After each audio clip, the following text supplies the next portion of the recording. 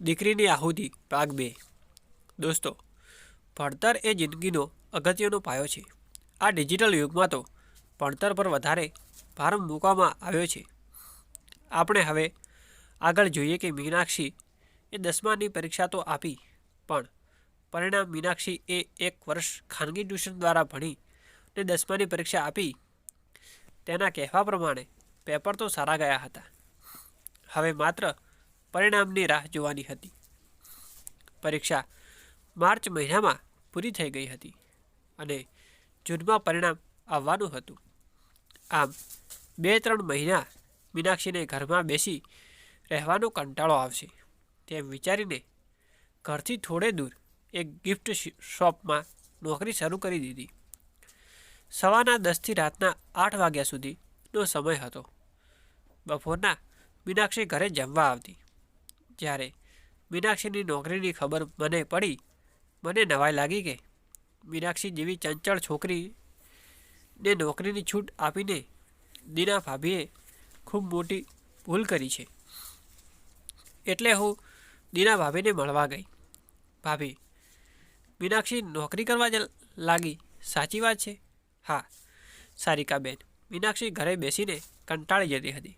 વળી નોકરી કરીને તેના ખર્ચ જેટલું તો કમાઈ લે છે, એટલે અમારે ચિંતા ઓછી. દીના ભાભીએ ખુલાસો કરતાં કહ્યું. પણ ભાભી, મીનાક્ષી ચંચળ છે. તેના હાથમાં પૈસા આવતા તે વધુ સ્વતંત્ર અને સ્વચ્છંદ ન બની જાય, તેનું ધ્યાન રાખજો. જો સારિકા, હવે તો તે મોટી થઈ ગઈ છે. અમારી વાત તેને કટકટ લાગે છે. વધારે ચર્ચા કર્યા વગર હું ત્યાંથી નીકળી ગઈ. આમ ને આમ દિવસો વીતવા ગયા.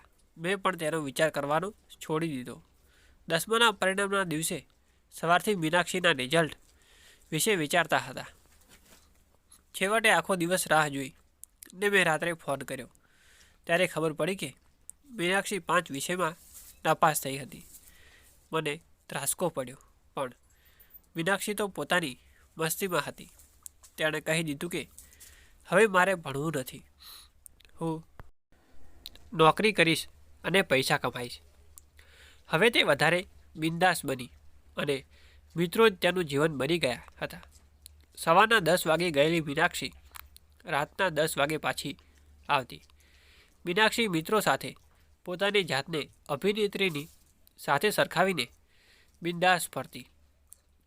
દીના ભાભી સમજાવતા પણ અસર થતી ન હતી. આમ ને આમ 4-5 વર્ષ નીકળી ગયા. નેહાએ ગ્રેજ્યુએશન પૂરું કરીને પ્રાઇવેટ કંપનીમાં નોકરી શરૂ કરી અને ઘરમાં બધાએ તેના લગ્નની વાત શરૂ કરી દીધી. નેહા અત્યંત સીધી છોકરી હતી. ઓફિસથી છૂટીને સીધી તે ઘરે આવતી. નેહા અને મીનાક્ષી બંને બહેનો હોવા છતાં વ્યક્તિત્વમાં ઘણો ફેર હતો. નેહા અંતર્મુખી હતી અને જલ્દી પોતાના મનની વાત કહેતી નહીં.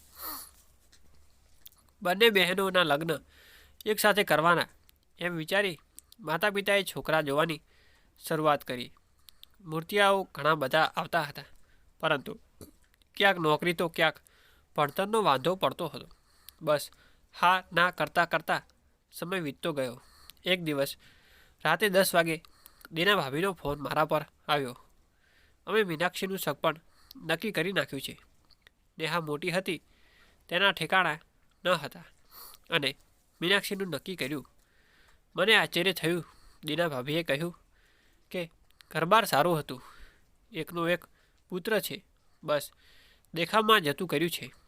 એટલે મેં ધબકતા હૃદયે પૂછી લીધું, તો મીનાક્ષી જોડે જ વાત કર એમ કહી તેમણે મીનાક્ષીને ફોન આપ્યો.